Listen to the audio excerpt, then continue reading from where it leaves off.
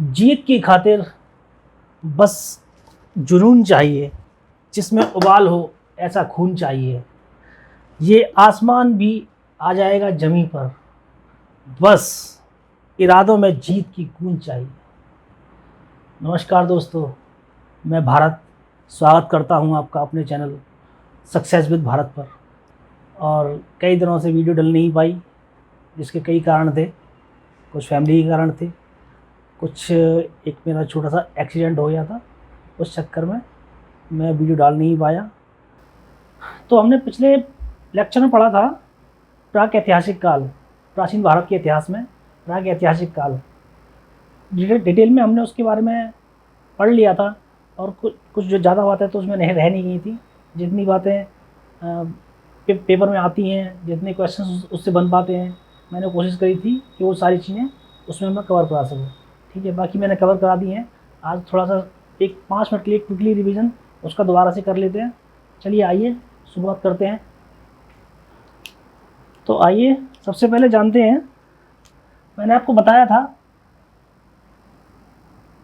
ये है हमारा लेक्चर था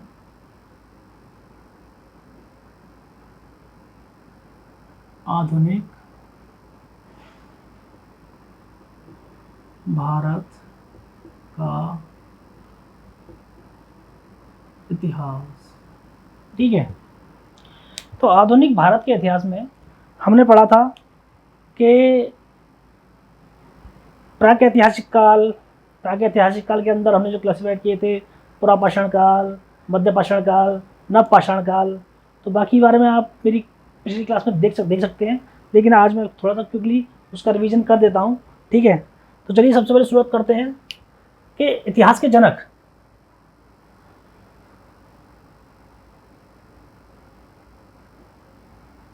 इतिहास का जनक किसे बोला जाता है? इतिहास के जनक किसको बोला जाता है? बताइए, किसको बोला जाता है इतिहास का जनक? को बता सकता है? इतिहास का जनक बोला जाता है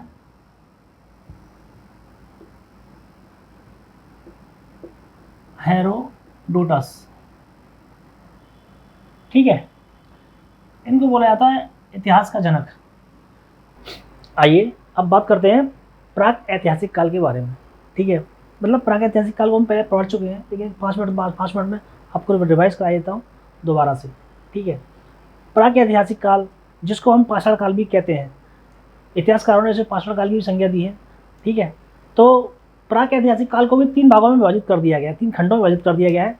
पुरापाषाण काल, मध्यपाषाण काल तथा नवपाषाण काल। नवपाषाण काल को ही हम उत्तर पाषाण काल भी कह सकते हैं। अब बात करते हैं पुरापाषाण काल की। पुरापाषाण काल, इसका कालखंड रहा आपका 25 लाख से 12,000 ईसा पूर्व तक, ये माना जा सकता है। ठीक है, जिसमें मानव अफ्रीका में जिसमें मानव आया था। पुरापाषाण काल की बात कर रहा हूँ मैं, कि मानव कहाँ पर सबसे पहले, कहाँ पर जिसके अवशेष मिलते हैं, मतलब जहाँ पर उसका उत्पत्ति जहाँ पर मिलती है, कहाँ पर मिलती है? अफ्रीका में।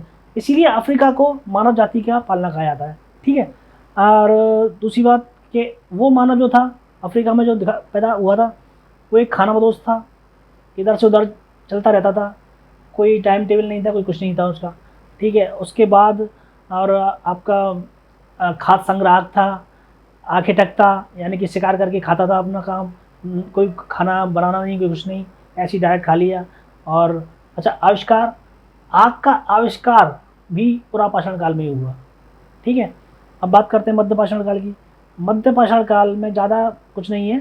ठीक है, पर मध्यपाषाण काल में ही अंत्येष्टि के जो साक्ष्य मिले हैं, वो हमें मध्यपाषाण काल से मिलते हैं, कि सबसे पहले जो अंत्येष्टि इन्होंने करी थी वो मध्यपाषाण काल में करी होगी, जिसका कालखंड मिलता है हमको 12,000 से 5,000 ईसा पूर्व, ये मान सकते हैं। ठीक है, उसके बाद अगर हम बात करें नवपाषाण या उत्तर पाषाण काल की, तो नवपाषाण काल में मानव ने बहुत विकास किया। जब अफ्रीका से मानव इधर एशिया की तरफ निकल के आया। ठीक है, तो सबसे पहले सिंधु की तरफ से मानव अंदर घुसा भारत की तरफ, एशिया की तरफ। ठीक है, तो वहाँ पर तो तभी कृषि के जो कृषि जो सुव्यवस्थित कृषि है उसके सबसे पहले साक्ष्य हमें मेहरगढ़ से मिलते हैं। मेहरगढ़ कहाँ है?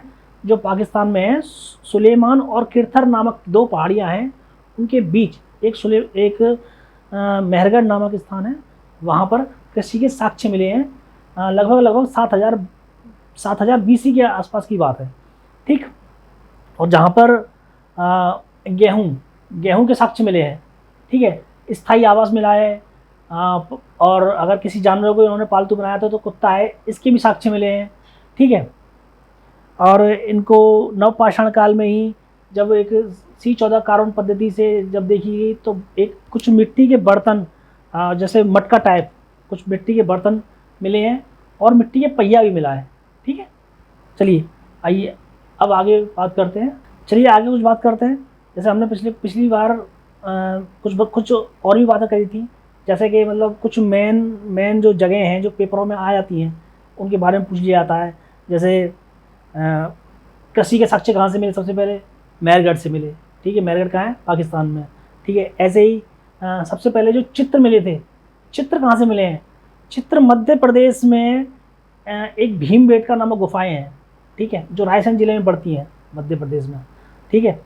वहाँ से हमें चित्र मिले हैं, ठीक है। चित्र क्या था? जो एक हाथी का शिकार करता हुए एक व्यक्ति है जो हाथी का शिकार कर रहा है, इस टाइप का एक चित्र मिला है, ठीक है। और जौ और क्या बोलते हैं उसको, चावल के जो साक्ष्य मिले हैं वो उत्तर प्रदेश में कोलडेवा नामक स्थान है जहाँ से चावल के साक्ष्य मिले हैं, कि जहाँ पर चावल की खेती करी होगी सबसे पहले मानव ने, ठीक है। एक कश्मीर में एक स्थान है बुर्ज होम नामक स्थान है कश्मीर में, वहाँ से गर्तावास के साक्ष्य मिले हैं। गर्तावास में तो मैं पिछली वीडियो में बता चुका हूँ।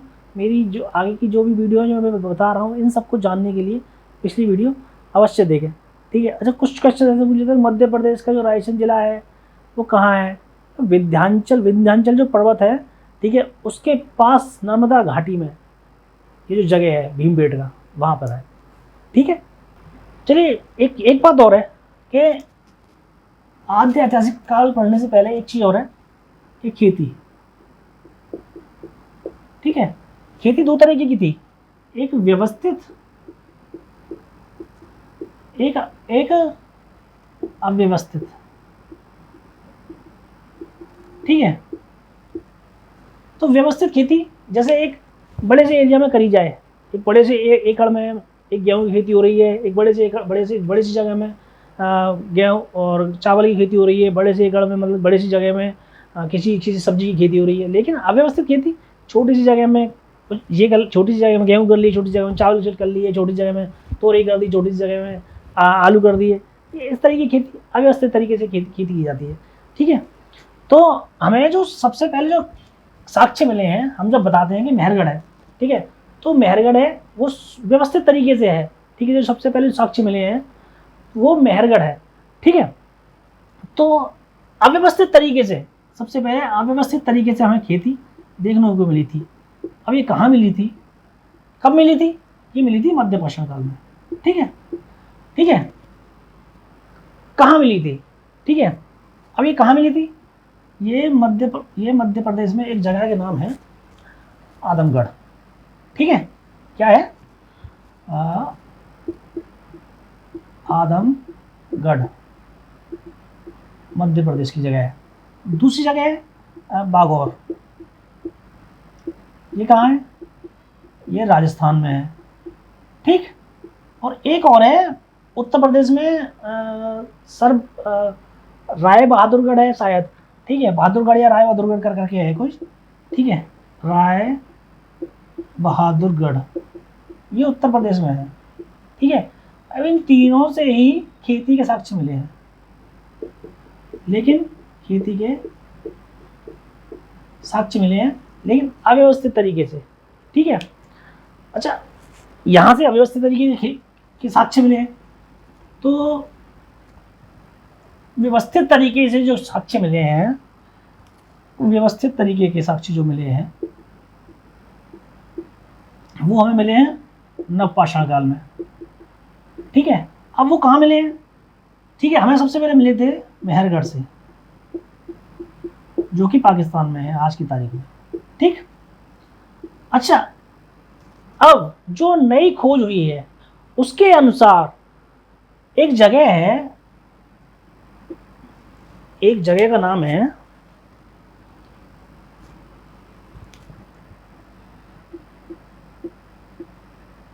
लोहरा देव। ठीक है, ये जो है नई खोज के अनुसार, ठीक है, ये नई खोज के अनुसार है लोहरा देव, लोहरा देव। ठीक है, लोहरा देव ही है, लोहरा देव। ठीक है, ये उत्तर प्रदेश में पड़ता है। ठीक, लोहरा देव, ये नई खोज के अनुसार जहां पर व्यवस्थित तरीके से, एक अच्छे तरीके से जो खोज मानी जाएगी, खोज करी गई है, अगर क्वेश्चन में आता है पेपर में तो आप लोहरा देव लगाएं। ठीक है, अगर पहली बार पूछे कि पहली बार व्यवस्थित तरीके से खेती कहाँ पाई गई, तो मेहरगढ़ में पाई गई। ठीक, चलिए कुछ बातें और जान लेते हैं, फिर अपने टॉपिक पे आएंगे, आदि ऐतिहासिक काल पे। तो मानव जो है पहली बार एक सभ्य तरीके से जीवन यापन कहाँ पर साक्ष्य मिलता है कि एक अच्छे तरीके से वो बंदा, एक मानव जो है अच्छे तरीके से रहना, जीवन पालना, जीवन जीना सीख गया था, वो मेहरगढ़। ठीक है, मेहरगढ़ में उसके साक्ष्य मिलते हैं। मानव का सर के सहित कंकाल कहाँ मिला, एक मद्रास में पल्लवरम नामक जगह है, मद्रास कहाँ है, तमिलनाडु में। ठीक है, गेहूं की खेती मेहरगढ़, और धान की खेती आपका उत्तर प्रदेश में कोलदेवा नामक स्थान पे धान की खेती के साक्ष्य मिले हैं। अच्छा, मध्य पाषाण काल में दो फेमस जगह और थी यूपी की, उत्तर प्रदेश की, एक थी दमदमा और एक थी मेहदमा, यूपी में थी। तो दमदमा नामक जो स्थान है, वहाँ से एक साथ बहुत सारे शव मिले हैं। ठीक है, बहुत सारे, बहुत बड़ी संख्या में सब यानी कि कंकाल टाइप मिले हैं। ठीक है, और जो मेहदमा नामक मेहदहा नामक जो स्थान है, वहाँ से हड्डियों के औजार मिले हैं बड़े बड़े। ठीक है, अच्छा, मिट्टी के जो बर्तन मिले हैं उनके साक्ष्य कहाँ से मिले हैं, वो हरियाणा के हस्तिनापुर से मिले हैं। ठीक, अब चलिए आगे बात करते हैं कि कुछ सवाल और पूछ लेता है क्वेश्चन पेपर में इन चीज़ों से, कि भारत में सर्वेक्षण के लिए जो जगह है वो कहाँ पर है, जो सर्वेक्षण करी जाती है इन चीज़ों की, उसके लिए जो जगह है वो कहाँ पर है, वो भोपाल में है। ठीक है, अच्छा, उसका नाम क्या था, उसका नाम था भोपाल मानव संग्रहालय। ठीक है, अब उसका नाम बदल के क्या कर दिया है, अब उसका नाम बदल के कर दिया है इंदिरा गांधी मानव संग्रहालय। ठीक, चलिए अब बात करते हैं अपने टॉपिक की, आद्य ऐतिहासिक काल। ठीक, आद्य ऐतिहासिक काल। ठीक है, आद्य ऐतिहासिक काल। ठीक है, चलिए, ठीक है, आद्य ऐतिहासिक काल, इसमें मैंने आपको बताया था कि इसमें लिखित विवरण तो मिलता है, लिखित है तो सही, परंतु जो लिपि है उसका हमें ज्ञान नहीं है। ठीक है, जो लिपि जिस लिपि में ये जो भाषा लिखी गई है, अब पता नहीं कैसी भाषा है। ठीक है, इसको भाव चित्रात्मक भी बोल सकते हैं, भाव चित्रात्मक। अगर कोई क्वेश्चन में आता है, क्वेश्चन पेपर में आता है कि ये लिपि है, इस टाइप की लिपि है, तो ये भाव चित्रात्मक लिपि है। ठीक है, अब जो सिंधु सभ्यता मैंने आपको बताई थी, जो सिंधु सभ्यता थी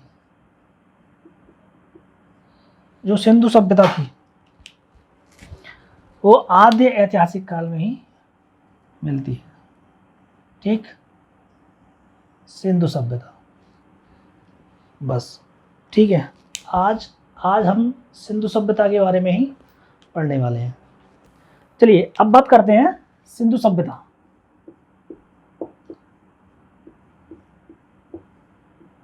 बहुत क्वेश्चन बनते हैं, बहुत बहुत क्वेश्चन बनते हैं ऐसे पेपर में, ठीक है। ज़्यादातर क्वेश्चंस इसी टॉपिक से निकल के आते हैं, सिंधु सभ्यता से। सिंधु सभ्यता, सिंधु सभ्यता का मतलब क्या है? ये दो वर्ड है, एक सिंधु एक सभ्यता, समझ रहे हैं? एक तो सिंधु एक सभ्यता। सिंधु नामक एक नदी थी, ठीक है।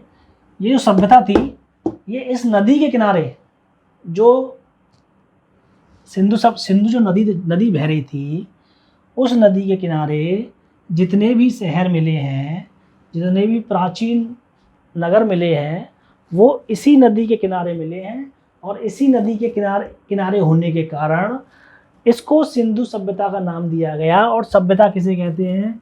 जहाँ पर सभ्य मानव रहता है उसे ही सभ्यता कहते हैं।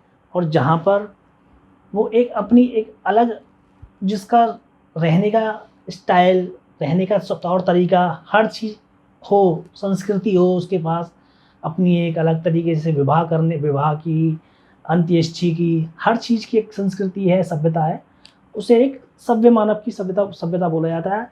वरना असभ्य मानव तो थे ही, प्रागैतिहासिक काल में मैंने आपको पढ़ाया था, वो असभ्य मानव थे, ये सभ्य मानव थे, ठीक है। सिंधु सभ्यता। चलिए, तो सभ्य मानव जहाँ रहता है उसी को सभ्यता बोला जाता है, ठीक है। अच्छा, एक चीज़ और, एक बड़ी इंपॉर्टेंट बात, कि सभ्य मानव जाति का पालना किसे बोला जाता है? बताइए। सभ्य मानव जाति का पालना, सभ्य मानव जाति का पालना किसे बोला जाता है? बताओ। सभ्य मानव जाति का पालना बोला जाता है एशिया को, क्योंकि सबसे पहले यहाँ पर यही मानव आया था, यहीं पर वो सभ्य हुआ, यहीं पर उसने सभ्यता, यहीं पर एक अच्छे तरीके से कृषि करना सीखा, यहीं पर एक अच्छे तरीके से रहना, खाना पीना, सब हर तरीके से यहीं पर सीखा, ठीक है। तो सभ्य मानव जाति का पालना किसे कहा जाता है? एशिया को, ठीक है। सिंधु सभ्यता में 350 नगर मिले हैं, ठीक है, जो किसी न किसी नदी के किनारे बसे ही हैं, ठीक है। अब जैसे बोले किसी न किसी नदी के किनारे, तो बोले सिंधु नदी, सिंधु सभ्यता क्यों बोलते हैं? क्योंकि वो जो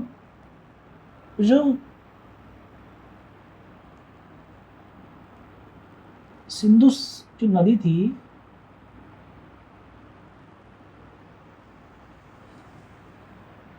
ठीक है, वो यहीं से निकल के पाकिस्तान में ऐसे गिर रही थी, ठीक है। अब जो जितने भी नगर हैं वो इसी नदी के किनारे, जैसे इसके कोई सहायक नदियाँ यहाँ पर, या यहाँ से जाती हुई यहाँ पर इससे मिल गई, ये यहाँ से मिल गई, ये कोई यहाँ से मिल गई, यहाँ पे मिल गई, इसी तरीके से। तो कोई ना कोई किसी न किसी जगह पर कोई ना कोई नगर हर नदी के किनारे बसा था। और ये जितनी भी नदियाँ थीं, जिन नदियों के किनारे कोई ना कोई नगर बसा हुआ था सिंधु सभ्यता का, ठीक है, वो जाकर इस सिंधु नदी में, सिंधु नदी में, ठीक है, इसी में मिलती थी। इस वजह से इसको सिंधु सभ्यता का नाम दे दिया गया, या सिंधु घाटी का नाम दे दिया गया, ठीक है। अच्छा, एक चीज़ और, कि गुजरात में 200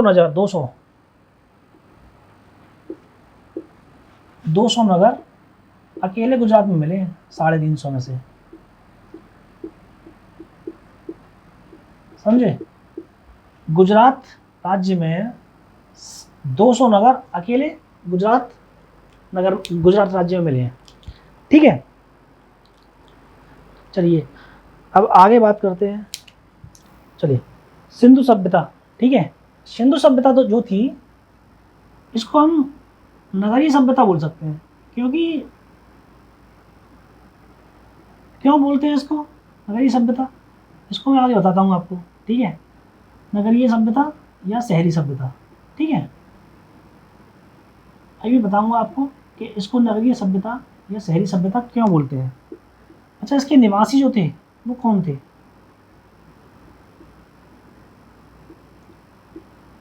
द्रविड़, ठीक है, द्रविड़ या द्रविड़ सभ्यता ही बोल सकते हैं इसको, ठीक है। और सिंधु सभ्यता के बारे में कैसे पता चला? जी, जो सिंधु सभ्यता में, जो सिंधु सभ्यता के टाइम पे जो सारी चीज़ें मिली हैं, उनकी ईंटें मिली हैं या उनके उनके बारे में जितनी भी सारी जानकारी हमें मिली है, वो किस पद्धति से मिली है हमें? पद्धति कौन सी थी? C14 पद्धति। C14 पद्धति एक कार्बन पद्धति है, ठीक है, जिसका यूज करके हमको इसके बारे में मालूम पड़ती है कि किसी भी सभ्यता के बारे में मालूम पड़ती है कि वो कितना टाइम पुरानी है, समझे? वो कितनी टाइम पुरानी है, एक एग्जैक्ट टाइम मालूम पड़ जाता है, ठीक है। अच्छा, इसका एक टाइम पीरियड है 2500 ईसा पूर्व से 1750 ईसा पूर्व, ठीक है। अच्छा, आइए अब देखते हैं सिंधु सभ्यता हुए सिर्फ 6 बड़े नगर। ये जो सबसे बड़े जो नगर थे या प्रमुख नगर थे, जिनमें बहुत बड़े बड़े स्नानागार या कहीं से बंदरगाह या कहीं से मतलब एक जहाँ से कुछ अच्छी अच्छी चीज़ें मिली हैं, जैसे मान लो जैसे जब कोई राजा हुआ होगा तो उसके महल या उसके अच्छे मतलब वहाँ के लोगों के रहने के लिए कुछ अच्छे अच्छे जो बड़े बड़े जो नगर या प्रमुख नगर पाए गए हैं वो ये है। एक सबसे पहला जो प्रमुख नगर है वो है मोहनजोदड़ो, ठीक है, और दूसरा हड़प्पा, तीसरा गढ़वारी बाला, चौथा धौलावीरा, पांचवा राखीगढ़ी और छठवा है कालीबंगन। ये 6 बड़े नगर हैं, 6 बड़े और प्रमुख नगर हैं। चलिए आगे कुछ सिंधु सभ्यता के बारे में हम कुछ और बातें कर लेते हैं, ठीक है। जैसे लोथल और एक जगह का नाम था लोथल और सुतकोतदा, ये प्रमुख बंदरगाह हुआ करते थे सिंधु सभ्यता के समय के, ठीक है। अब एक हड़प्पा सभ्यता जो थी वो एक सर्वोच्च नाम था जो ठीक है। और जो सिंधु सभ्यता थी इसको आप ये मान सकते हैं कि एक मात्र सत्तात्मक थी एक तरीके से। जिस तरीके के साक्ष्य वहाँ से पाए गए हैं, जिस तरीके की मूर्तियाँ वहाँ से कुछ पाई गई हैं, जहाँ पर सिर्फ औरतों की ही ज़्यादातर मूर्तियाँ मतलब किसी तरीके से पाई गई हैं, तो उससे ये इस तरीके से एक लगाया गया है, इतिहासकारों ने एक अंदेशा लगाया है कि एक मात्र सत्तात्मक ये सारी चीज़ें ये सिंधु सभ्यता जो है रही होगी, ठीक है। सड़कें चौड़ी थी, जो नालियाँ थी वो पटी हुई थी, ठीक है। 90 डिग्री के अंश पर सड़कें कटी हुई थी, बिल्कुल ऐसे करके ये सड़क जा रही है, ठीक है। इस तरीके से ये सारी सड़कें कटी हुई थी, ऐसे करके ऐसे करके ऐसे करके। तो मतलब जो आज जो हम देखते हैं, ठीक है, पक्की ईंटें थी, बिल्कुल टेरिकोटा, जो मतलब ईंट को पका के जो बनाई जाती है, बहुत मजबूत ईंट, जो टेरिकोटा की ईंट बोली जाती है जिसको आज ही हम बोलते हैं टेरिकोटा। बहुत सारे लोग जानते होंगे टेरिकोटा कैसे कहते हैं, जैसे मखमल मिट्टी को जो पका के बनाया जाता है उसे टेरिकोटा, ठीक है, उसकी ईंटें पाई जाती थी। अच्छा, एक चीज़ और कि मतलब बड़ी अच्छी अच्छी चीज़ें पाई गई हैं सिंधु सभ्यता से कि आज जो सारी चीज़ें हम आधुनिक भारत में, आज के भारत में हम जो चीज़ें देखते हैं या कुछ समय पहले तक थी या पहले जो ईजाद हुई हैं, ठीक है, वो सारी चीज़ें उस वक्त के सिंधु सभ्यता में पाई गई हैं। तो इसीलिए बोला जाता है कि नगरीय सभ्यता थी। इसीलिए मैंने आपको बताया कि सिंधु सभ्यता थी कैसी थी, नगरीय सभ्यता। अब ये नगरीय सभ्यता कैसी थी? ऊंचे ऊंचे मकान थे, ईंटें। आज बताओ, आज के गांव में भी आज आप कितने गांव में चले जाओ, वहाँ भी ईंटों के मकान नहीं पाए जाते, वहाँ भी मिट्टी के बने हुए मकान, उस पर छप्पर डला हुआ है, छप्पर समझते होंगे सब लोग, ठीक है, लकड़ी वकड़ी के बने हुए, ठीक है, और मिट्टी के ही मकान नहीं है बहुत सारी जगह, बहुत ऐसे गाँव हैं। लेकिन अब से मतलब आप सोच के देखो, आप इतने समय पहले, ठीक है, सिंधु सभ्यता, तब के लोग कितने होशियार रहे होंगे उस वक्त के लोग, जो नगरीय सभ्यता थी उस वक्त। द्रविड़ सभ्यता भी बोला जाता है, द्रविड़ लोग वहाँ पर राज करते थे। तो जो नदियाँ होती थी वो ढकी हुई थी, तो सॉरी नदियाँ नहीं, नालियाँ, जो नालियाँ थी वो ढकी हुई थी, ठीक है। अब जो एक जैसे हम जैसे आज हमारे यहाँ सीवर होता है, सीवर लाइन होती है, सीवर लाइन डाली जाती है, ठीक है। ऐसे ही पहले वहाँ पर एक सीवर लाइन निकली है, ठीक है। जैसे ऐसे निकली है, ऐसे करके, ठीक है। जब खुदाई हुई थी, जब ये चीज़ देखी खुदाई, ठीक है, तो ये लाइन जब इसको यहाँ पर खोदा गया तो इन्होंने देखा शायद ये कोई मकान होगा या कोई चीज़ ऐसी होगी, ठीक है, कोई दीवार होगी, ठीक है। तो जब यहाँ पर देखा, ठीक है, तो इसको यहाँ तक खोदा गया, तो यहाँ पर फिर एक इस तरीके से एक जगह मिली,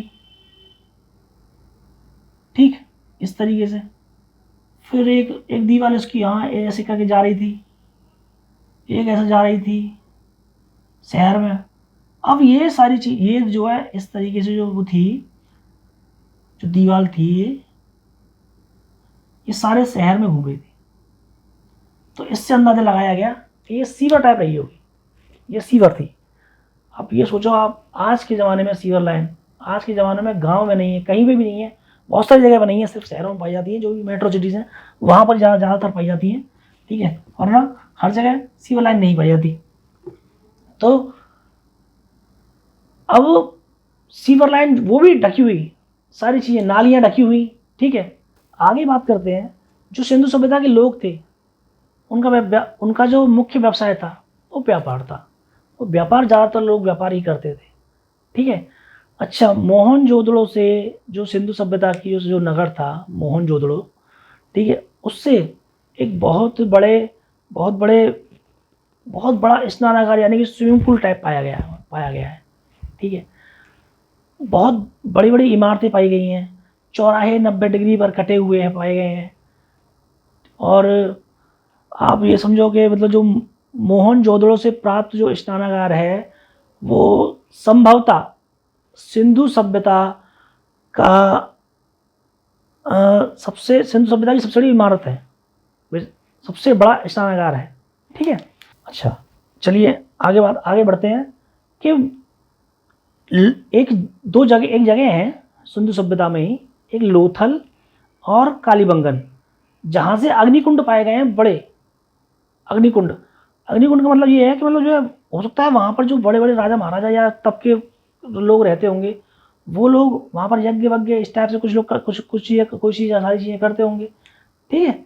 अब मोहनजोदड़ो से एक नर्तकी की कांस्य की मूर्ति मिली है, ठीक है। अच्छा, चलिए आगे बढ़ते हैं। सिंधु सभ्यता की जो मुख्य फसल थी वो थी गेहूँ और जौ खाते थे ये लोग, ज़्यादातर मुख्य फसल यही उगती थी वहाँ पर, ठीक है। अच्छा, एक पेपर में एक चीज़ और आती है, एक पेपर में आती है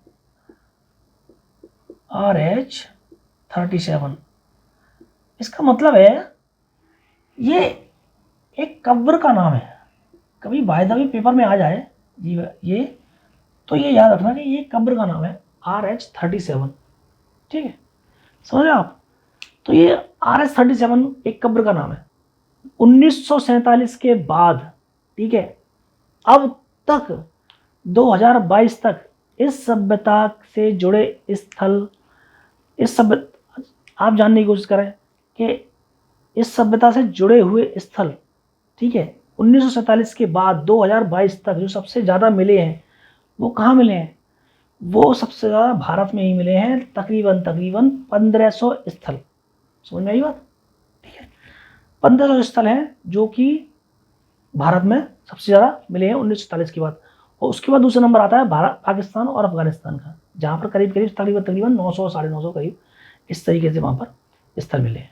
चलिए अब आगे बढ़ते हैं, ये जानते हैं कि जो है सबसे पहले जो इसकी खोज की, ये जानकारी जिन्होंने पाई वो चार्ल्स मैसन थे। अब ये किसी चीज़ के लिए कहीं खोज कर रहे होंगे या मतलब किसी और चीज़ के लिए किसी और चीज़ को खोद रहे होंगे, ठीक है। तब इनको ये सभ्यता मिल गई, ठीक है। जब ये और थोड़ा खुदवाया तो वहाँ पर वो बड़े बड़े नगर निकलने लगे, ठीक है। तो इसलिए फिर उन्होंने ये अधिकारी थे चार्ल्स मैसन अंग्रेजों के उस वक्त के, ठीक है। तो इन्होंने क्या किया, इन्होंने सर्वेक्षण किया। किसके कराया सर्वेक्षण? ये कनिंघम नाम के वैज्ञानिक थे जिनसे इन्होंने इस चीज का सर्वेक्षण करवाया, ठीक है। उसके बाद जब सर्वेक्षण हो गया, जब हम मालूम पड़ गया कि हाँ भाई कोई तो चीज है वहां पर, कोई सभ्यता ऐसी है, पुरानी सभ्यता जो चली गई थी नीचे, अंडरग्राउंड हो गई, मतलब अंदर घुस गई जमीन के अंदर, तो खुदाई करने का काम दिया गया जॉन मार्शल को। अब भैया जॉन मार्शल तो नहीं जाए, ठीक है, खुदाई करने के लिए, वो तो एक अधिकारी है, जैसे किसी अधिकारी को दे दिया जाता है कि ये तुम्हारा काम है, अब तुम अपने किसी से भी करवाओ ये सारे काम, ठीक है। तो ये खुदाई करने का कार्य किसको दिया?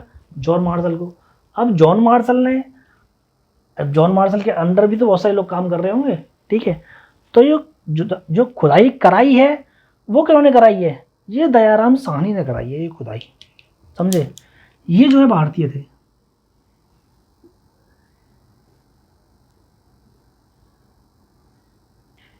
ये भारतीय खोजकर्ता थे, ठीक है। तो अगर सबसे पहले खोज की जानकारी किसका है? चार्ल्स मैसन, ठीक है। अगर ये पूछ ले कि खुदाई किसने कराई सबसे पहले भारतीय वैज्ञानिक, तो ये दयाराम साहनी उनका नाम है, ठीक है। चलिए आगे बढ़ते हैं। चलिए अब बात करते हैं आगे, ठीक है, कि ये जो मतलब जो सिंधु सभ्यता थी वो कहाँ से कहाँ तक मिली थी, ठीक है। जैसे मान लो आप कि, ठीक है, जैसे ये भारत, ठीक है, तो यहाँ पर कुछ कहीं पे ऐसे करके मान, ठीक है, ये पाकिस्तान, ठीक है, और ये भारत, ठीक है। तो ये भारत है, ठीक है। तो इसका जो पश्चिमी बिंदु है, ठीक है, सिंधु सभ्यता का जो पश्चिमी बिंदु है वो कहाँ मिलता है? वो आपका पश्चिमी बिंदु यहाँ कहीं मिलता है, यहाँ पर, ठीक है, यहाँ, ठीक है। इसका नाम है सुतकांगीडोर, ठीक है, सुतकांगीडोर। एक इसका जो पश्चिमी बिंदु ये है, इसका जो पूर्वी बिंदु है वो यहाँ हिंडन नदी के किनारे एक मेरठ के पास जगह है, मेरठ और दिल्ली के पास एक जगह है, उसका नाम है आलमगीरपुर,